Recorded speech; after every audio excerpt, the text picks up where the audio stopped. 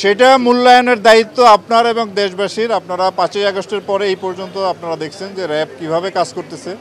আমরা দেশে যে কোনো ধরনের বড় ধরনের যে ক্রাইম সংগঠিত হলে তাৎক্ষণিকভাবে আমরা সেখানে যাই এবং কাজ করি।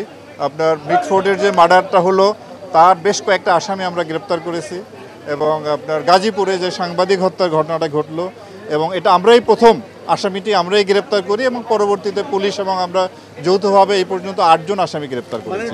আপনারা জানেন যে যে 8 টুকরা লাশ যেটা ফেলে রাখা হয়েছিল, একেবারে ক্লুলেস একটা মার্ডার, সেটাও খুব স্বল্পতম সময়ের মধ্যে এই ঘটনা আমরা ডিটেক্ট করি, এবং তার যে আসামি 3 জন আসামিকে আমরা গ্রেপ্তার করতে সক্ষম হই।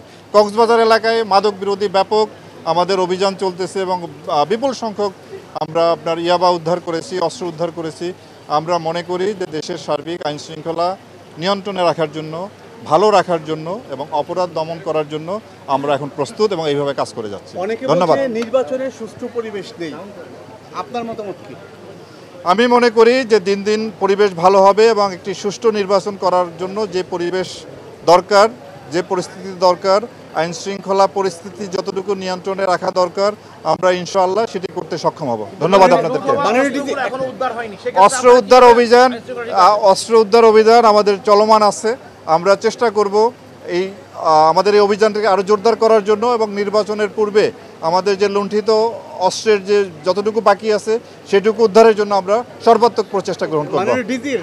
র্যাব প্রতিষ্ঠার পর থেকে অনেক কাজ করেছে ভালো মন্দ মিলিয়ে, কিন্তু র্যাবের বিরুদ্ধে অভিযোগের তিরি সবচেয়ে বেশি, এবং আপনি মাত্র র্যাবের দায়িত্ব এসেছেন, এবং বাইরে থেকে বারবার র্যাব বিলুপ্তির যে বিষয়টা উঠে এসছে, এখন দেশের ভেতর থেকেও পলিটিক্যাল পার্টি কয়েকটি তারা র্যাব বিলুপ্তি ইশতেহারে ঘোষণা করছে।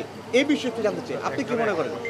আচ্ছা, আমি আপনাদেরকে বলবো যে আমরা আসলে প্রতিনিয়ত, প্রতিদিন, প্রতিটা ঘন্টায় আমরা এই মুহূর্তে ব্যস্ত আছি কিভাবে আইন শৃঙ্খলা পরিস্থিতি নিয়ন্ত্রণে রাখব, কিভাবে অপরাধ দমন করব, কিভাবে যারা সাধারণ মানুষ তাদেরকে একটু স্বস্তিতে যারা তারা চলাফেরা করতে পারে, তারা যাতে ছিনতাইকারীর সম্মুখীন না হয়, তারা যেন চাঁদাবাজের সম্মুখীন না হয়, তারা যাতে দস্যুতার সম্মুখীন না হয়, কোনো অপহরণ না ঘটে, এই অপরাধগুলি নিয়ন্ত্রণে আনার জন্য, এই অপরাধীদের গ্রেপ্তার করার জন্যই আমরা সবচেয়ে বেশি এই নিয়ে চিন্তাভাবনা করি, এই নিয়ে কাজ করি।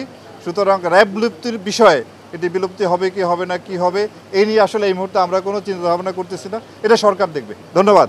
সামনের নির্বাচনের জন্য আমরা সরকার কর্তৃক যে দায়িত্ব আমাদেরকে দেওয়া হবে, বা নির্বাচন কমিশন আমাদেরকে যে দায়িত্ব দিবেন, সেই দায়িত্ব পালন করতে আমরা সম্পূর্ণ প্রস্তুত।